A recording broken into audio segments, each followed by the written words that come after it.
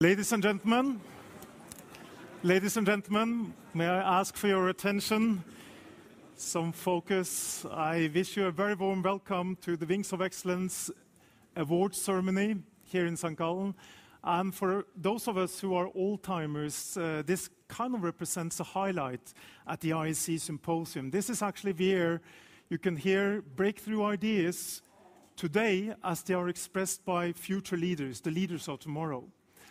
The topic of the conference this year is just power.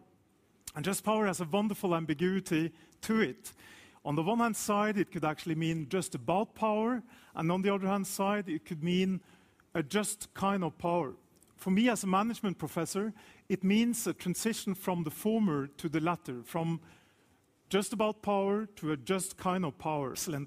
It's my pleasure to introduce the winner of the second prize, Kanal Amal Dhruv. She was born in India. She holds a Bachelor of Law from the London School of Economics and Political Science and also a Bachelor of Commerce from the Gujarat University. She's currently enrolled in a master's program in public administration at the Indira Gandhi National Open University. She served as a lawyer in the Gujarat High Court. And she also was a research research associate in the National Knowledge Commission to the Prime Minister of India. Very impressive. And perhaps what is most striking about her career and what she has accomplished so far in her very young life is actually that she founded the Research Foundation for Governance in India, which is a think tank on political reforms and legal reforms in India, comprising more than 3,000 members. They organize public speaking events. They write papers, for example, reports on governance in India. And I asked her, what the driving force is, and she said that, well, since early childhood, she has really been very, very interested in social issues. And when she went to the UK to study law, she found the legal system, which was both very efficient and also very concerned about maintaining justice and morality. She was very inspired and wanted to effect some positive change based on what she could do. The jury notes that this essay is very particular because it's based on some very personal experience combined with the identification of some critical problems, but also suggesting some very powerful and forceful solutions to the issue. The essay is entitled, When Justice Corrupted, Absolute Justice Corrupted, Absolutely, a story of my experiment with power. Please join me in welcoming Kanal to the stage.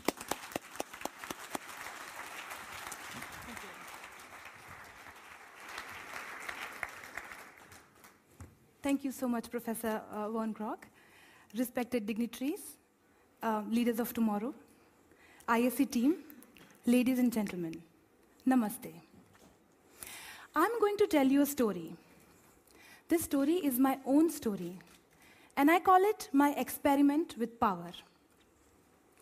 As a child, I was fascinated with the concept of justice. I grew up in an India where there were large-scale inequalities in the society. Every time I would see a situation of imbalance of power, I would think about ways to set it right. And every time I got convinced that it was important that justice was actually enforced. It should be enforced for those millions who pined for it. I had immense faith in the democratic ideals enshrined in our Constitution, for they stood for checking the powers in the hands of very few and tried to create legitimate distribution of resources in the society. It was very important that we had laws and regulations that would make our democracy to be fully effective. But then it was even more important that these laws and regulations were enforced and interpreted in the right spirit by our legal system. I decided that I'll become a practicing attorney one day. I will help those underprivileged. I would empower them by enforcing their rights, and I would help create a more equal society. I dreamt of starting my own law practice. And finally, on completion of my law degree from London School of Economics, I became eligible to wear a lawyer's black coat and start arguing the cases in a courtroom in India. My dream was coming true. My immediate family and friends congratulated me for my brave decision. Brave because it is still very, very uncommon for a young girl who has had education abroad and who does not have family of lawyers to back to practice in a courtroom in India. For some of my friends, this was a sign of woman empowerment that somebody was becoming an arguing attorney. So then I started practicing in a courtroom. I joined a senior lawyer as a junior lawyer.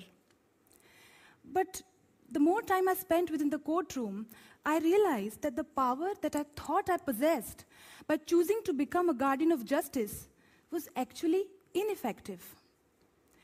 I started being discouraged. In fact, people would come up to me and say that there is no place for you. You are a foreign educated woman. You have no family of lawyers to support. There is no space for you in a courtroom in India. And this was not only done by my senior colleagues. Even judges would come and tell me. Paralegals would come and tell me. Or even court assistant, everybody. I felt very disillusioned. I thought that I would create a more just society by the legal system, with the help of legal system. But the legal system itself was being unjust to me. I felt powerless. I looked around and I saw that many bright young lawyers were in the same boat as me. A large number of them were frequently getting exploited by the system in general and by senior lawyers in particular. It seemed as if source of power came from the family background, and belonging to the right family was very important to succeed. Those young junior lawyers who did not have a strong family background or a support system, they ended up in a worse situation. Many would have to work for long hours in exploitative working conditions without a salary. Bright youngsters struggled to get a voice. They sought justice for themselves. But the power dynamics prevented them from being heard. It seemed as if power belonged in hands of few families and outsiders had little or no scope to break the clique. I once happened to attend a ceremony where a judge was being felicitated by the community of lawyers for his contribution as an exemplary judge. He was called upon to the stage to be given a large gift as a memento. And I looked across the stage. I saw that almost everyone present was related to him in one way or the other. His sons, his daughters, his son-in-laws, his nephews, even his in-laws, they were all part of the litigating fraternity. A photographer shouted from background, "And now a family photograph." He was unaware that his comment said it all. It is all in the family after all. I realized that a legal system, based on nepotism and favoritism, aided corrupt practices, which had very, very serious implications for the rest of the society. I would see that the people who were engaged in the litigating fraternity, they had little or no inclination of helping the poor or try to create a more just society. For some of them, perpetuating power dynamics in hands of few families was not even a moral wrong. They believed in facilitating justice for the rich, who, with the right connection, sought and got the justice that they wanted for themselves. They felt empowered. The poor, on the other hand, had little or no idea as to how the system worked. They were landless farmers waiting for years to get a hearing. Or they were widows endlessly struggling to get the legal aid that they deserved. Or they were poor peasants. They were leaving their lives and their fates at the mercy of the legal system where their only hope lied. And sadly, the demands for justice met deaf or disinterested ears. They blamed their fate. They were voiceless. They were powerless. An institution that was created to balance the imbalances of the society was actually widening the gap. I was once interacting with a judge about the possible solutions to this mammoth problem. And he narrated an anecdote to me. He said when he was young, his father had bought an ambassador car. And this car kept on breaking down. And what his father would do, he would try to replace different parts of the car each time. So the judge said that what his father failed to realize was that the entire car had become dysfunctional and it needed to be replaced. And for this judge that I was talking to, the state of affairs of the legal system in our country was like that of his father's car. The entire system had become redundant and it needed to be replaced. He said the penetration of corrupt practices at all levels left him powerless. I felt disillusioned. I had dreams of creating a better society with the help of the legal system. But when I was inside the system, I realized that the legal system itself needed help. Almost every stakeholder within the system was vulnerable, was helpless, was powerless. So I thought, where do the seeds of change lie? Where were the tools to create legitimate distribution of power in the society? And then I realized that, a just system can only provide justice.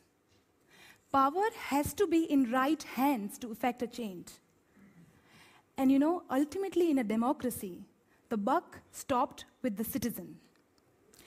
If I wanted to bring about equality in power dynamics of my country, then maybe I had to exert my power as a citizen to make it happen. So I decided that I would voice my concerns and my grievances about the system. I would invite civil society to give their suggestions, and we would try informing those who need to be informed. I decided to start a platform in form of a think tank called Research Foundation for Governance in India, RFGI, to work on legal and political reforms within my country. When I took up the cause, people and youngsters from different walks of life joined in. In fact, I'm very happy that one of the other founding members of the organization is my young sister, who's also part of Leaders of Tomorrow, Wings of Excellence today. And not only her, there were youngsters from various walks of life. And as if, every youngster was waiting for a chance, waiting for a platform to bring about a change, to voice out their grievances. And maybe RFGI gave them this platform. So we started conducting research on various aspects of law and politics. We started conducting public debates. We went to different government officials and told them that what could be the solutions to these problems, what could we do? So on the issue of nepotism and encouraging bright youngsters into litigation, we created a massive survey in 6 cities of India. We interviewed so many young lawyers, and we tried to understand what are their incentive structures. And we found shocking results. You know what we found? We found that 47% of the young lawyers did not get paid within the first 3 years of their practice.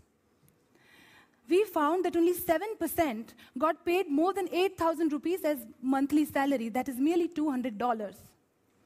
Even from the prestigious national law schools, only 3% joined litigation, and out of that, 92% had family backgrounds. And these statistics, with a background of huge backlog of cases, 350 years of backlog of cases, and none of the bright youngsters were incentivized to join the legal system. So then we created a national seminar. We invited all prominent individuals, including the Chief Justice of Gujarat High Court, Professor Madhav Menon, who's considered the father of legal education reforms within the country, and all the junior young lawyers. We brainstormed about potential solutions for this problem and what could be done to set things right. The prominent individuals that we had invited, they motivated the young lawyers, and they said, you must unleash your potential. The impact was made. The Chief Justice appealed to all senior lawyers and said that you have to encourage young lawyers. In fact, eventually, the Law Minister of India also announced scholarship for young lawyers so that they could sustain themselves in the initial years of their practice. All this really led to young lawyers in the Gujarat High Court feel really empowered. Now they've started demanding their rights. They have also created by themselves education and training committee, whereby they are trying to keep up to date with latest development in the law, field of law in India and abroad. And through its involvement with the Education and Training Committee, RFGI has been able to create leaders from within the junior fraternity. And not only this, we have been able to work on so many issues in the last 2 years. As Professor said, we are a team of 3,000 people. And in last 2 years, people from 15 countries have come and worked for the organization. We've also worked on varieties of issues, including working with the Gujarat State Legal Service Authority on promoting legal aid in poorest sections of the society. We are also trying to understand how disputes can be prevented from arising in our society altogether with some of the professors at Indian Institute of Management. And we are working with the registry to reduce the backlog of cases. Other than that, the more we tried to involve ourselves with the legal system, we also realized that even the political system was a natural corollary, and so many things had to be done with that as well. So then work has begun on that. We are trying to understand how political parties can be more transparent, how people can vote more during our elections, and how political representation in our country can be made more transparent and effective.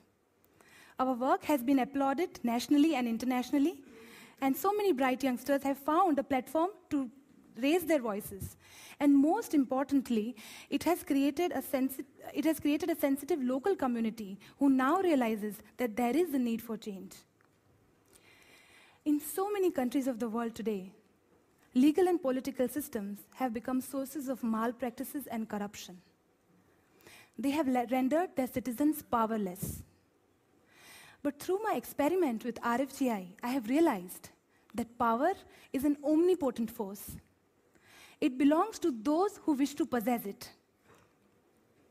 A democratic society makes it possible for every individual to make a difference. And it is the duty and responsibility of each citizen to create a just society. Systems and institutions are ultimately built on the collective power of the citizens, and to govern them rightfully is a collective responsibility. You know where the power lies? It lies here, in our hearts, deep within us. And what is required for us is to look within and seize it. And in my opinion, that source of power is the purest and the most just source of power. There are millions of issues in the society that need to be solved, and so many imbalances of power to be balanced. There is a long way to go still. But then, every endeavor has a start. Even though that endeavor might just be a small drop in a vast ocean, that drop very often becomes an affirmative drop with the power to change the entire ocean.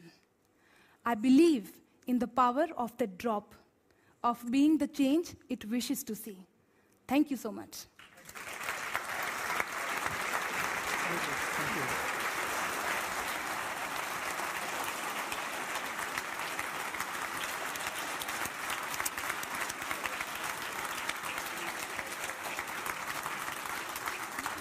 Very moving, very good, very engaging.